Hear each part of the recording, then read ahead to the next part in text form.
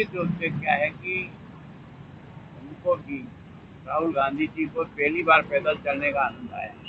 तो पैदल चलने से जनता बहुत मिलती समस्या है, पर आप राहुल जी ईमानदारी से बताओ यार, आप इस भीड़ में किस किस पब्लिक से आप मिल सकते हो, और कौन पब्लिक का ऐसा बहादुर आदमी होगा जो धक्के खा करके आपके पास पहुंचेगा, आपकी पुलिस को पार करके पहुंचेगा। आपके मंत्री गिर गए, आपके पदाधिकारी गिर गए, किसी का हाथ फ्रैक्चर हो गया, किसी को घायल हो गया। तो ये जो नाटकबाजी है, कॉमन आदमी आप तक पहुंचे, उस हिसाब से अगर जनता के बीच में जाओ तो हकीकत का पता लगे। ये तो आपने सरकारी लवाजमा के बीच में, मैं आपको कह रहा हूँ, आप एक कल मेरे को अखबार के माध्यम से दे देना तो कितने सरकारी कर्मचारी और कितने सरकारी अधिकारी ऑन ड्यूटी आपके साथ चल करके ये करोड़ों रुपए का जो राजस्थान के माथे पे मंड के गए हो, ये वास्तव में पैदल यात्रा आपकी थी कि राजस्थान की सरकार के आपको खुश करने की यात्रा थी? अगर मान लो पैदल चलने से विकास होता है तो मैं भी उनके साथ चलता हूँ, मुझे कोई एतराज नहीं। ये सब बेकार की बातें हैं। पब्लिक में इतना जरूर पैदल चलने से, अगर सच्चे मन से चलो तो जनता की समस्याओं को समझने के लिए इस लवाजमे को छोड़कर और बिना लवाजमे को और बिना से चलो तो आपको कई चीज़ों की जानकारी, जो वास्तविक जनता को पीड़ा, वो जानकारी मिलती है, इसमें कोई दो राय नहीं।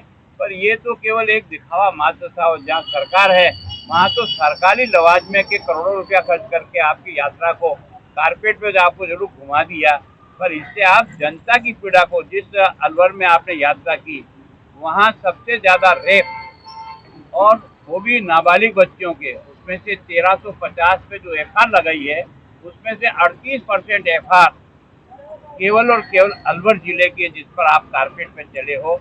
तो कौन बच्ची और उसका बाप तुम्हारे पास आकर के ये कह गया कि मेरी बच्ची को रेप हुआ और उसके बाद भी मेरा एफआर लगा? क्या है कि अशोक गहलोत जी ने जो सिलेंडर का 1000 समथिंग था, बड़े लंबे समय से था, अब एकदम अचानक कैसे याद आया, और वो भी ऐसे समय में आया कि अब अंतिम बजट है। तो अंतिम बजट की घोषणाओं की पूर्ति ये करेंगे या आने वाले करेगा? अपने खाते में तो कुछ नहीं, अपने खाते में तो खाली गुड़ लगाने का काम है जो ये कर रहे हैं। अगर लोगों की तकलीफ महसूस होती थी तो 2 साल पहले करते तो समझ में आता है कि आप मदद करना चाहते हो।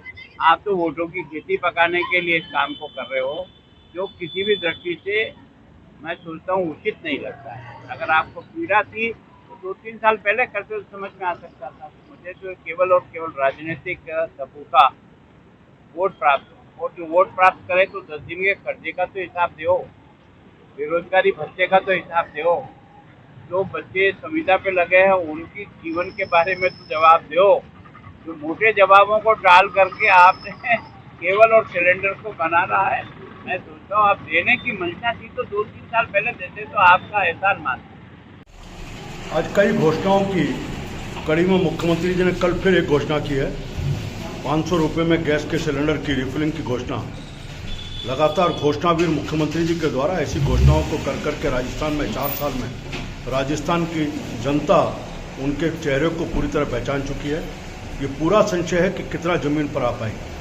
इसमें इस बात की मुख्यमंत्री ने उल्लेख नहीं किया कि कुछ समय पहले केंद्र की सरकार ने 200 रुपये की सब्सिडी पहले ही घोषित की है, उसके साथ है या उसके अतिरिक्त है, इसके बारे में किसी प्रकार की जानकारी नहीं। अच्छा हो कुछ बोलने के स्थान पर जमीन पर धरातल पर कुछ कामों को करेंगे मुख्यमंत्री जी, तो राजस्थान की जनता का उनके प्रति विश्वास है।